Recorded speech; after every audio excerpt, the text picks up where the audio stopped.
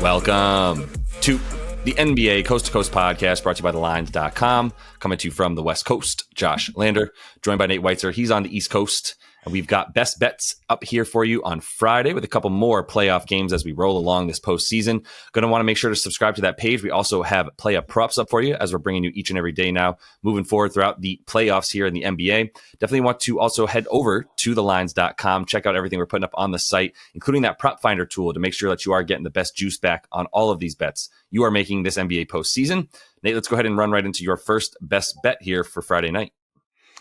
Yeah, I mean, the Mavs are going to win. I think we can all agree on this. It's -8. I wouldn't hate anybody for taking that.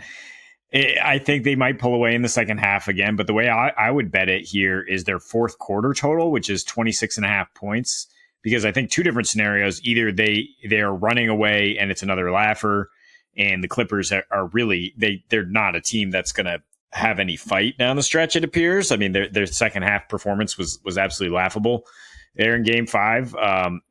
Or, the Mavs are coming back again and they've just gone on a tear.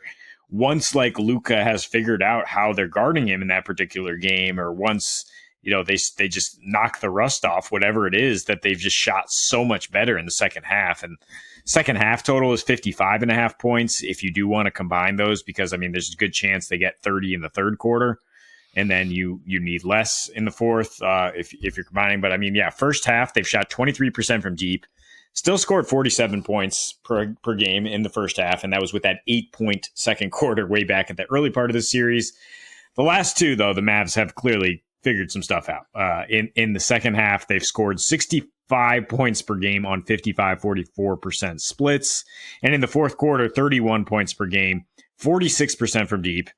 Not even a high assist to field goal rate. It's just a lot of Luka and Kyrie just producing, just doing their thing. And I mean, I don't know. It's just like, it's almost a miracle that the Clippers held them off in that ridiculous 31-point comeback. Like, because now you see, like, when they're game planning for James Harden being the primary scorer, like it's not good. It's yet another James Harden disappearing act. And fooled me again. I took his over on points, and he was not even really looking to shoot, and then just taking bad shots. Paul George not really looking to shoot, and then where do the Clippers go from there? Like they had Russ jack up 6 straight shots in the third quarter, right? And I think Luka was noticeably laughing at that as they proceeded to just run away with the game. I mean, the Clippers defense was not good down the stretch the whole season.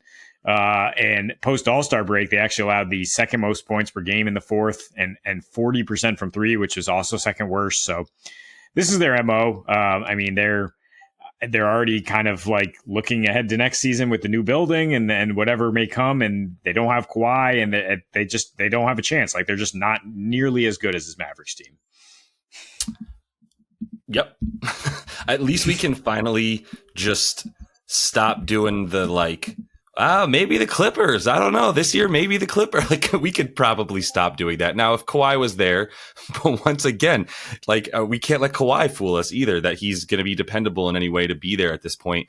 And look, for Harden and PG, man, you look at this last game for them, and it's just like the ball was hot potato. Like, neither of you want to take over here. And really, to be fair, even to last game, like, that wasn't the anomaly. Honestly, the anomaly was Paul George fading away to his left from 42 feet, whatever he was, as far as he was shooting from, and just hitting reckless three after reckless three, right? Like sort of a irrational confidence guy, Dion Waiters-esque, like all that. So that's a lot more of what his performance in the previous game was reminiscent of than like a quality playoff performance from playoff P. So I have no qualms with anything that's just fading the Clippers in this game. And I'll talk about that a little bit in player props, but for now, I just can't see backing this team. And like you said, -7.5 doesn't scare me at all. So I will say that I'm going to hit them to win with that spread, and probably try to find some ways to trim it down as well. But for my first bet, I'm going to keep going with the home team in this Cavs and Magic series. The home team has now won all 5 games in this series. And I think that's going to continue here, because I actually think that the Magic in this current iteration are a better team than the Cleveland Cavaliers. Now, part of that what I'm talking about here for the context is like Jared Allen is hobbled, and that's such a big deal from the way that he dominated this series in the first 2 games. And like those wins by the Cavs by double digits, if you look at the box score and you look at like Donnie Mitchell or Darius Garland or Karis LeVert or any of the important wing players, you're like, how'd they win this game by 15 or 20 in those first 2 games, right? And, right. Jared Allen had 35 rebound chances and like 22 you know what I mean? Like otherworldly stuff for him. Well, he's not out there, and he really couldn't even save them in the games that they brought back to Orlando because of the fact that it was shooting that got them, right? And they started hitting their shots, and that's what we said all along is like, well, we're not sure if Orlando can actually pull this out because the shooting needs to be good against the Cavs from further away. Well, that's what it's been for them in all season is home splits, right? If you look at them at home on the season, scoring about 5 more points per game. In the playoffs, that's been true as well. Obviously, a lot more than 5 more points per game, like 40 more points per game in the playoffs at home than on the road, putting up 115, then 120. And on the at home on the season as well, they're shooting a few more threes. They are playing with a little bit more pace, but more importantly, they're just wildly more efficient, man. And I think at this point, you just kind of trust this large sample size of games of them playing this like this well at home and on the road. At the same time, I would also just argue that like Jared Allen's absence from the last game was massive. Don't get me wrong. At the same time, they looked a lot better on both sides of the floor. And I know he opens things up with offensive rebounds, does Allen, for Cleveland's offense to get second chance points, and that was a huge part of it as well. Second chance points for him and for his teammates, as he also has some dimes in those first couple games.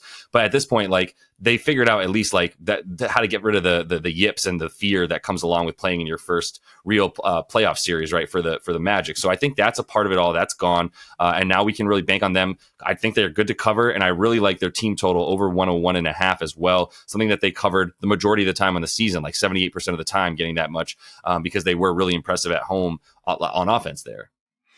Yeah, I mean, I like the team total more if Jared Allen is not at full strength. Like, I think that benefits both offenses. I think we saw Cleveland start to really move the ball and space better when they had Mobley at the 5 down the stretch of that last game, and that was good for them. But yeah, there might literally be like a thought for the Cavs that like, let's just go back for game 7. Let's have as many games as possible and cherish this moment before we get annihilated by the Boston Celtics. It seems like that's the way they've been playing the series, honestly. Like they don't even show up for these road games. But I am going to take a player prop a la Josh here in the best bets, but a little bit of a ladder here. So Paolo, 25 points is even money, and I think you can ladder up to 30 points for plus 280. Originally, I was thinking about the leading score bet, which is plus 165, but like I'd rather have plus 280 for him to get 30. Like I don't think he's necessarily going to outscore Donnie Mitchell and not get to 30. So like let's just take the better odds there. Although I will say the last 5 road games for Donovan Mitchell in the playoffs, 14.6 points per game, 73 offensive rating, negative 105. So that fits into the trope of like, let's not even bother with these road games. Let's just go back home and give it an honest effort there. But I mean, Paolo, when they went back to Orlando after those turnover-prone games, 31 points on 41% usage. Then he had a dud because, I mean, Orlando just ran away with it in general, and Franz got going. I don't really think Franz is going to get it going offensively.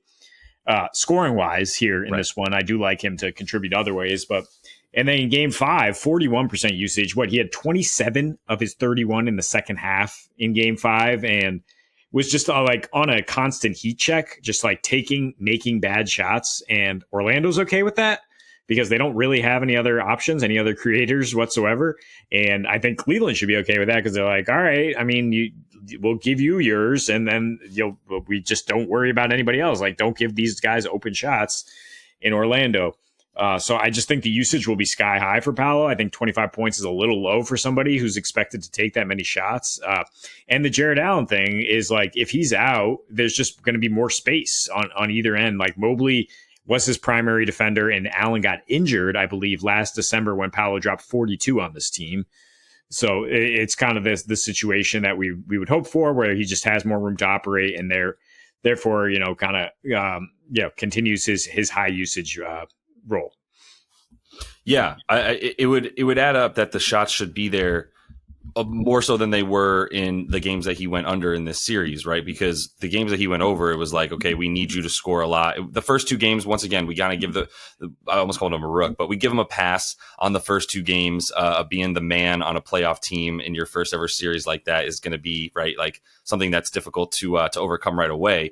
But so we kind of give him the pass there. He still took 20 shots in game two. He only took 17 in game one, and that one was a little bit more out of hand. Even I would argue than game two was. They were still within like 10 points in the fourth quarter of game two, so that would be a huge reason for why. Then game three, he comes out and just dominates before walking off the floor, and with the what did he have, like 39 points in that game. And then you come back and it was the Franz game, like you said, but the 14 shots weren't necessarily just because Franz was going off. He only took 14 shots. Well, it was because Franz stayed on the floor and got like 34 minutes in that game. And Franz was the adult in the room at the end of the game to make sure the Magic just closed it out. And Paolo got a seat, right? After playing all those minutes the game before. And Franz has been consistently at 37. Paolo, they're like, you're playing as much as we need you to play until we are buried and dead. You're going to be on the floor as long as we have a chance. And with Franz, it was like, we're keeping you in this rotation of 37 minutes. We can't have Paolo off the floor.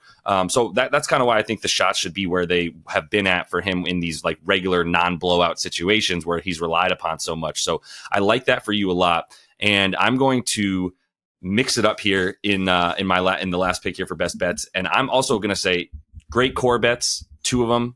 Take Donnie Mitchell under 30.5 points and assists. I like that. And I like Darius Garland over 23.5 points and assists. And it's not just because of the like recent numbers. It's not just because Donnie on the road is as putrid as you just mentioned in terms of his last like more than handful of road games in the playoffs. Obviously at the Garden did not impress last season.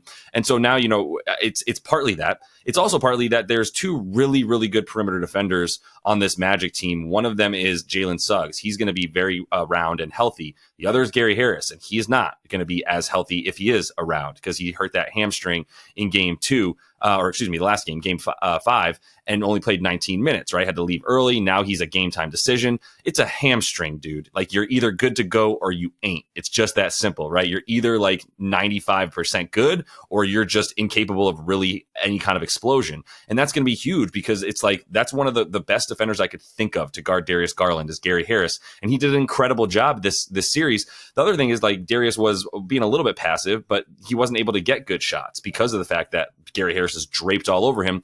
And it's a big reason why I was so happy to take Gary Harris under all of his stats last game, of which he got 0, all of them, because of the fact that like he's got one job when he's out there, and it's not to shoot, it's to guard Darius Garland. So now that he's off, Darius is shooting 48% against all defenders not named Gary Harris, and shooting 38% from the field when Gary Harris has guarded him so far, which has been the majority of the minutes that he's on the floor. And he's also, the best part is the other two dudes guarding him when it's not Gary Harris are Markelle Fultz and whatever the shell of Markelle is. Look, he's been a good defender at times, but also a little bit overrated, and just because he's big that he can guard dudes that are slithery like Darius Garland, not necessarily the case. And then same for Cole Anthony, never been accused of being a great defender and will continue to probably just be food. And as people are saying, like a traffic cone is the amount of impact that he'll probably have on defense as well against a guy like Darius Garland. So I like him to get into the lane a little bit more. We're seeing like there's a little bit less of like Jonathan Isaac, a little bit more Wendell Carter Jr.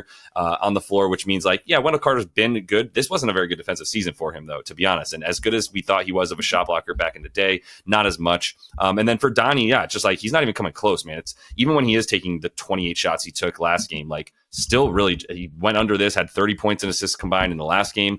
I think Darius is going to eat into that even more. I expect him to be up at 16, 17 field goal attempts like he was in this last game and not hovering around 10 or 11 like the previous games where, like I said, Gary Harris wasn't letting him get his shots off, and now he's going to be a lot freer. Yeah, I mean, I just noticed that Donnie's plus 130, basically. They go under 4.5 assists. Yeah. That's a fine core bet right there. Like, that should be in player props straight up. Like, I think he had 2 assists on 5 potential assists last game. Like, he's even with the Cavs, like moving the ball pretty well, and like him being part of that, like he's still like, I'm the finisher here. I'm finishing these possessions. He's not even really looking to pass. Whereas Darius, yeah, I mean, he's far more facilitary.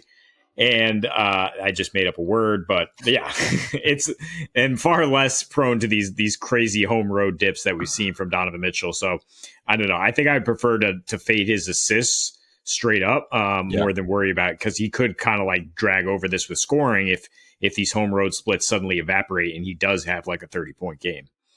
Yeah, I'm not as reliant upon the